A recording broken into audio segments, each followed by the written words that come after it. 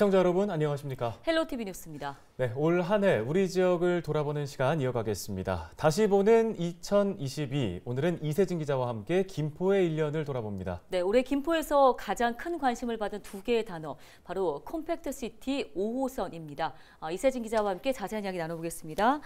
이 기자 먼저 컴팩트 시티부터 살펴볼까요? 네, 국토교통부는 지난 11월 김포 한강 2지구를 컴팩트 시티로 만들겠다는 구상을 발표했습니다. 김포 한강 신도시 인근에 4만 6천 가구가 입주할 수 있는 택지를 조성하겠다는 건데요.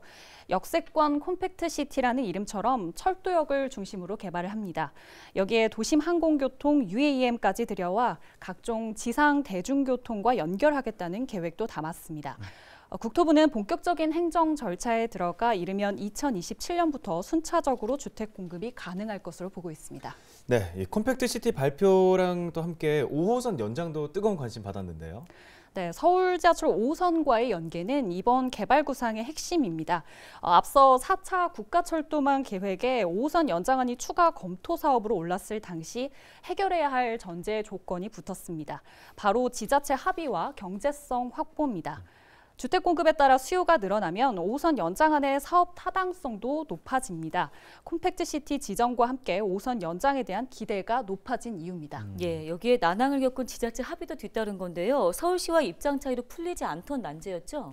네, 서울시와 강서구, 김포시까지 3개 지자체는 컴팩트 시티 발표와 동시에 합의문을 내놓습니다. 논란이 됐던 방화 차량기지와 건설 폐기물 처리장 이전을 두고 엇갈렸던 입장을 정리한 겁니다.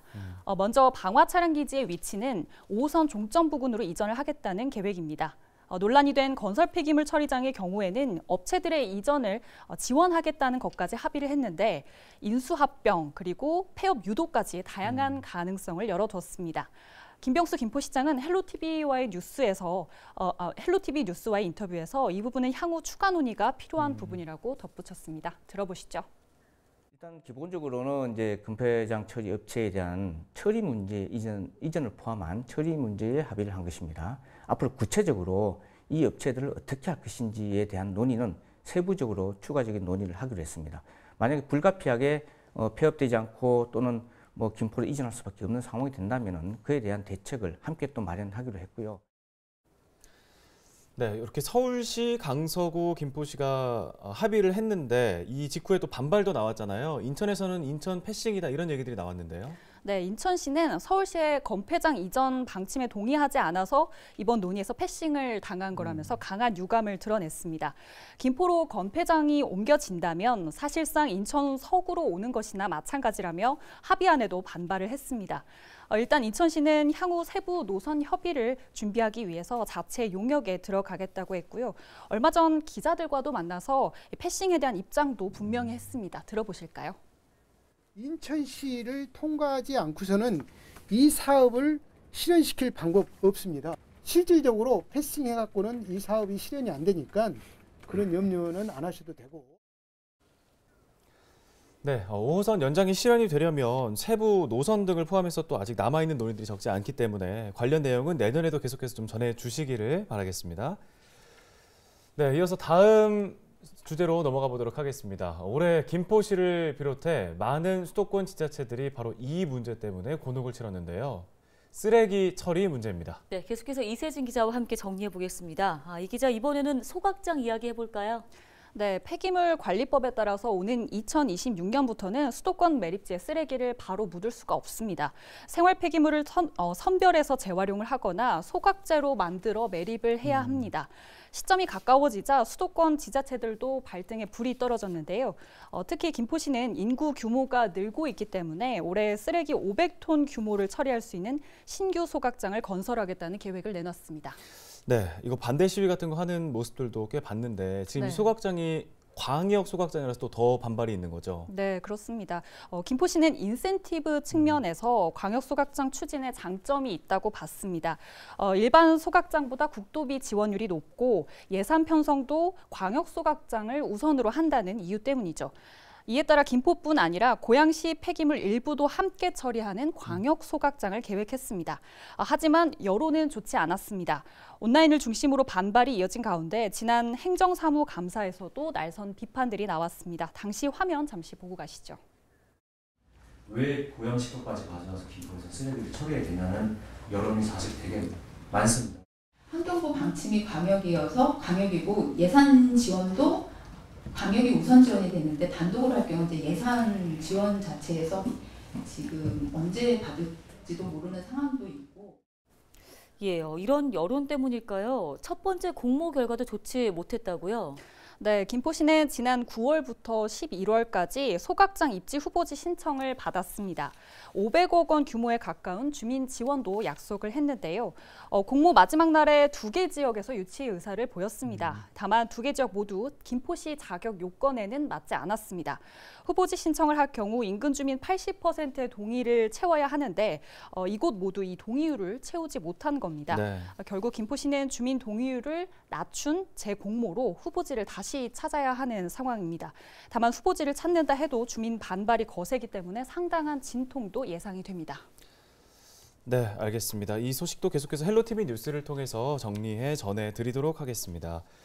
자, 이제 마지막 주제로 한번 넘어가 보겠습니다. 내년에 대도시 지정을 앞두고 있는 김포시의 얘기인데요. 무엇이 달라졌고 또 무엇이 달라지는지 짚어보겠습니다. 네, 자 이세진 기자, 김포시 인구 수가 지금 50만을 넘긴 지는 꽤 된 거죠. 네, 인구 수가 처음으로 50만 명을 넘은 건 지난 2020년 말입니다. 올해 1월에는 전국에서 18번째로 대도시에 진입한 지자체가 됐습니다. 지방자치법 개정에 따라서 50만 이상 도시는 2년 연속 50만 규모를 유지할 경우 대도시 특례를 받는데요. 올해 말까지 김포시가 인구수를 유지하면 내년부터 특례를 받는다는 이야기입니다. 네, 대도시 특례. 대도시가 되면 어떤 게 달라지는 거예요? 우선 대도시 특례를 받으면 시의 업무 권한이 대폭 늘어납니다. 경기도의 승인을 받지 않더라도 도시개발 관련 인허가를 낼 수가 있습니다. 또 행정조직의 규모가 커지고 부단체장의 직급도 한 계단 올라갑니다. 행정구역도 나눌 수 있습니다. 구를 신설하는 것도 가능합니다. 이런 변화에 대응을 하기 위해 김포시는 올해 사전 준비단을 구성을 했고요. 당장 내년 1월부터 특례 권한을 적용할 수 있도록 행정체제 개편을 준비해 왔습니다. 네, 인구 50만을 넘어서 이제 70만을 대비하겠다는 김포시인데 이대로 쭉 간다면 70만 인구 도시도 좀 문제가 없을까요? 사실 가파른 인구 증가세를 보여왔던 김포였습니다. 그런데 최근에는 증가세가 둔화되긴 했습니다. 이런 분위기가 계속된다면 70만 도시에 대한 청사진도 차질이 생길 수 있겠습니다. 때문에 김포시는 올해부터 범시민운동을 시작을 했습니다. 인구 유입 정책을 활성화시키고 전입 신고를 유도해서 숨은 인구를 찾아내는 게 목표입니다. 어쨌든 대도시에 대한 김포시의 꿈은 아주 확고한데요. 이번 주제 김포시장의 시정 연설 중 일부로 마무리해 보겠습니다. 2023년은 김포의 미래를 준비하는 가장 중요한 시기가 될 것입니다. 반드시 70만 대도시 기반을 완성하겠습니다. 네, 앞으로 있을 김포시의 변화에도 좀 기대가 많이 됩니다. 내년에도 다양한 김포 소식 전해주시기 바라겠습니다. 김포의 2022년 정리해봤습니다. 이세진 기자였습니다. 고맙습니다. 수고하셨습니다.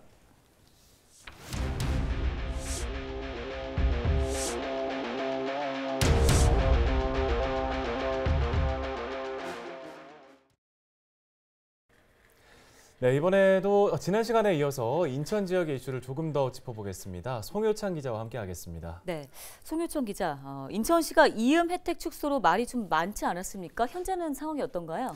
네, 인천 시민들이라면 한 번쯤은 이음 카드를 사용해 보셨을 것 같은데요. 사용자도 크게 늘었습니다. 그만큼 혜택도 많았다는 것을 좀 증거하는 걸 텐데요. 하지만 예산 부족으로 인천 이음의 혜택 중 하나인 캐시백이 축소가 됐습니다. 인천시는 소상공인과 자영업자의 매출 증대와 지역 소비 진작을 위해서 지난 2020년 3월 이음카드 캐시백을 4%에서 10%로 상향한 이후 올해까지 유지해 왔었는데요. 그런데 문제는 코로나19 일상회복지원금을 인천 이음으로 지급을 하면서 가입자가 167만 명에서 228만 명으로 크게 늘어났고 결제액도 지난해 4조 1,556억 원에서 올해는 지난달 기준이죠. 2조 4,350억 원으로 늘었습니다. 반면 국비 지원 규모는 축소되면서 올해 캐시백 예산이 모두 소진이 됐었는데요. 결국 인천시는 한시적으로 캐시백 비율과 지원 한도를 하향 조정하는 방안을 시행했습니다. 네. 현재 월 결제액도 50만 원 한도에서 10% 지급하던 인천 이음 캐시백을 월 결제액 30만 원 한도에서 5% 지급으로 변경을 한 것인데요. 어떻게 보면 이제 캐시백 같은 경우 절반으로 좀 줄어든 격입니다. 그러던 중 인천시는 지난 10월부터 인천이음 개편안을 마련하고 시행에 들어갔는데요. 개편안을 보면 이음카드 캐시백은 연매출 3억 원 이하 가맹점 이용 시 10%를 3억 원 이상 가맹점 이용 시 5%를 각각 지급하고 있습니다. 네. 혜택 플러스 가맹점이 자발적으로 제공하던 1에서 5% 할인 혜택은 동일 수준의 캐시백으로 전환돼서 지급하고 있는데요. 또 군과 구에서 협조를 얻어서 추가 1, 2%의 캐시백 혜택을 제공하기로 했습니다. 이를 모두 합치면 이용자가 받는 캐시백 혜택은 월 30만 원 한 대 내에서 최소 5%에서 17%까지 이렇게 높아지게 되는데 말 그대로 이제 기존에 50만 원이었던 그 금액이 30만 원 한도로 이번에도 유지가 됐습니다. 이를 위해 인천시는 최근 3년간의 예산을 상회하는 12,2천억 원 이상을 편성을 했는데요. 이음카드를 좀 안정적으로 운영하겠다는 방침입니다. 이 밖에도 모바일 간편 결제를 도입하고 온오프라인 고객센터를 마련하기로 했고요. 또 배달과 택시, 지역 쇼핑몰 등 플랫폼을 연계하는 서비스도 지속적으로 확장해 시민 편의성을 높일 계획입니다. 이번 캐시백 개편안 중에서 캐시백 요율 차등화는 지난 10월 1일부터 시행이 됐고요. 나머지 방안은 내년부터 시행될 예정입니다. 네, 저도 인천 이음카드 사용해봤는데 쓰면서 좀 혜택도 이렇게 받으니까 사용할 때도 기분이 좋았는데요. 이게 지속 가능성을 좀 확보하는 게 중요한 과제로 남아있는 게 아닌가 하는 그런 생각이 듭니다. 네, 다음 주제로 좀 넘어가 볼게요. 이번에는 3기 신도시 관련된 얘기를 좀 짚어볼 텐데요. 전국에서 처음으로 3기 신도시의 건설 사업이 좀 개항해서 이제 시작이 됐습니다. 테크노밸리 사업이 본격화된 건데 이 부분도 한번 좀 짚어볼까요?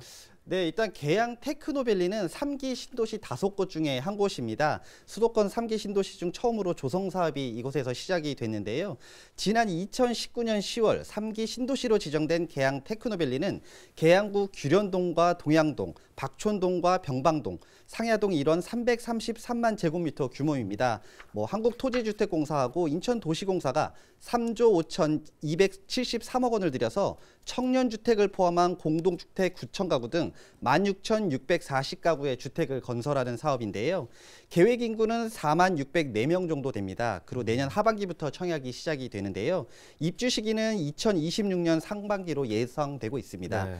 또 여의도 공원 4배 규모인 94만 제곱미터의 공원과 녹지가 또 조성이 되고 주민 체감도가 높은 5개의 선형공원으로 분산 배치해서 공원을 중심으로 교류와 소통이 이루어지고 어디서나 쉽게 보행이나 접근이 가능하도록 보행 중심 도시를 구현하는 것이 계획입니다. 또 특히 판교 테크노밸리가 가장 유명할 텐데요. 이번 개항 테크노밸리 같은 경우는 판교 테크노밸리의 1.6배 정도에 되는 규모이고요. 69만 제곱미터의 자족 공간을 확보해서 정보통신기술과 디지털 콘텐츠 등 첨단 산업을 유치하기로 했습니다. 또 인근 서울 상암이나 마곡지구와도 연계를 해서 수도권 서부의 첨단 산업지 메카로 조성할 예정인데요. 네, 3기 신도시 중에서는 처음으로 사실상 이제 시작되는 개항 테크노밸리가 주거는 물론 인천 산업의 새로운 전환점이 될 수 있을지는 좀 더 지켜봐야 될 것 같습니다. 네, 알겠습니다. 오늘 소식은 여기까지 듣겠습니다. 송혜창 기자였습니다. 수고하셨습니다. 고맙습니다.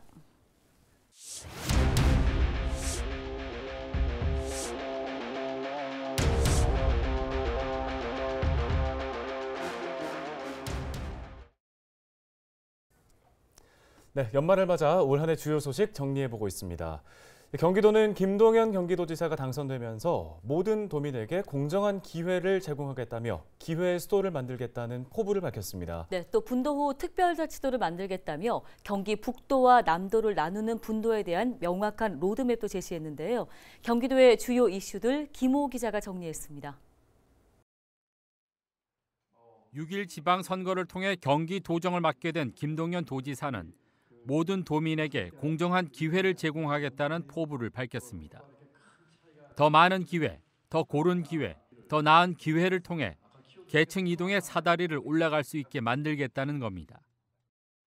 일할 기회, 공부할 기회, 장사할 기회, 사업할 기회, 기업할 기회, 우리 젊은이들이 사랑할 기회, 결혼할 기회 이런 기회 많이 만들고 또 기회에 빈익빈 부익부 좀 없애서 상대적으로 기회가 골고루 가는 상생과 포용 그리고 공동체 정신이 살아있는 그런 경기도를 만들고 싶습니다.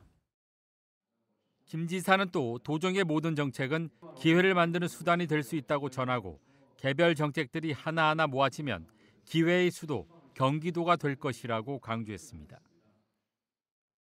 반도체 클러스터를 만들겠다라든지 또는 경기 북부를 경기 북도로 만들어서 우리 대한민국 성장의 중심을 만들겠다든지 하는 것은 어떻게 보면 더 많은 기회를 만들기 위한 것이 되겠죠.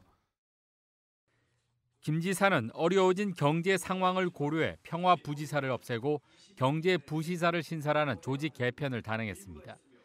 경제 위기 극복은 물론 도민 삶의 질 향상과 더 나은 공동체를 만들기 위해 민생 경제를 살려야겠다는 의지로 해석됩니다. 평화부지사가 맡았던 남북 문제와 한반도 평화 문제는 행정 2부지사 소관으로 이관했습니다. 이번 조직 개편안은 현 경제 상황의 신속한 대처를 위한 원포인트 개정안입니다. 평화부지사직은 경제부지사로 바뀌지만 남북 문제와 평화 문제는 업무 수행에 있어 한치의 소홀함과 차질이 없도록 할 것입니다. 김 지사는 수도권 광역 급행철도인 GTX 노선의 추가 건설에 대한 의지도 내비쳤습니다. 추진되고 있는 세 개의 GTX 노선 외에 GTX 플러스를 건설해 경기도민의 출퇴근 시간을 단축시키겠다고 밝혔습니다. GTX 플러스는 기존 ABC 노선을 연장하고 DEF 노선을 신설해 GTX 노선을 도내 전역으로 확대하는 것이 골자입니다. 김 지사는 GTX 노선이 확충되면 서울과 경기, 인천과 강원 지역 주민들의 교통 편의가 증진될 것이라며 법과 제도의 조속한 개선이 필요하다고 주장했습니다.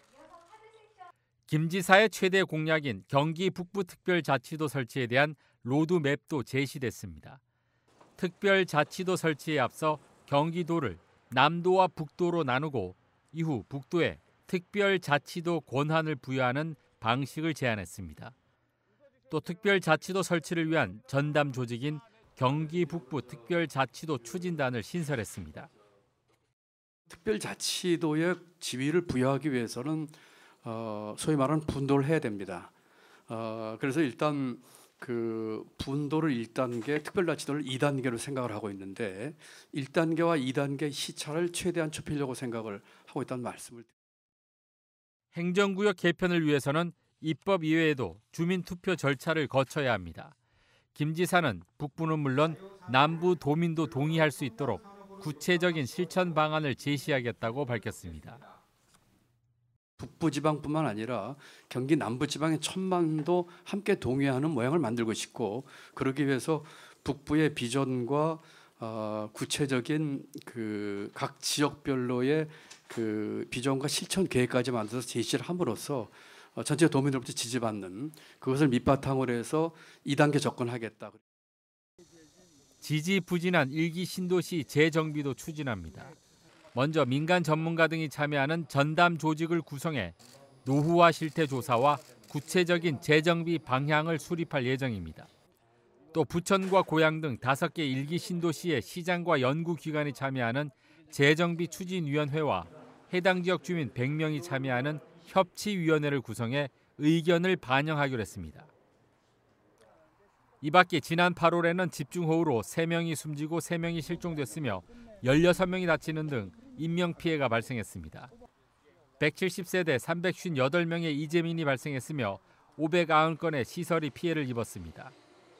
173건의 주택과 상가가 침수됐고 28곳의 도로가 통제되는 등 크고 작은 피해가 잇따랐습니다. 헬로티비 뉴스 김호입니다.